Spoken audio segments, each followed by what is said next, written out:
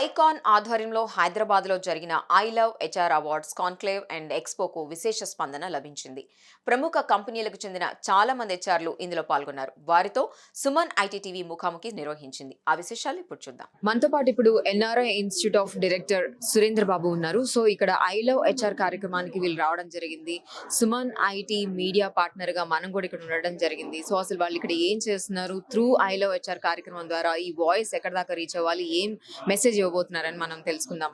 So Surendra బాబు గారు, I love HR కార్యక్రమంలో ఏం చేద్దాం అనుకుంటున్నారు as an placement officer entire the state?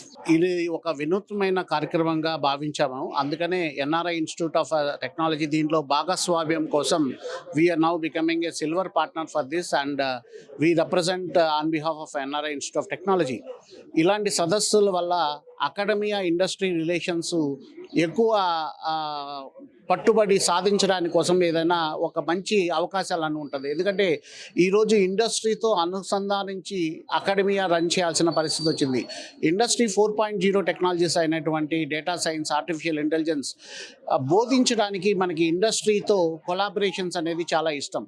ఇలాంటి సదస్సుల వల్ల, హెచ్ఆర్ కాన్క్లేవ్స్ వల్ల ఇక్కడ కొత్త పరిచయాలు కావడం ద్వారా అకాడమియాలోకి ఇండస్ట్రీ చొచ్చుకోబడడం, ఇండస్ట్రీలోకి అకాడమియా యొక్క భాగస్వామ్యము పెరగడం వల్ల విద్యార్థులకు భవిష్యత్తులో ఎటువంటి టెక్నాలజీ నేర్చుకుంటే, ఎటువంటి స్కిల్స్ ఉంటే ఉద్యోగ అవకాశాలు వస్తాయనేది ఇలాంటి సదస్సుల ద్వారా, ఎక్స్పర్ట్స్ ద్వారా జరుగుతుంది.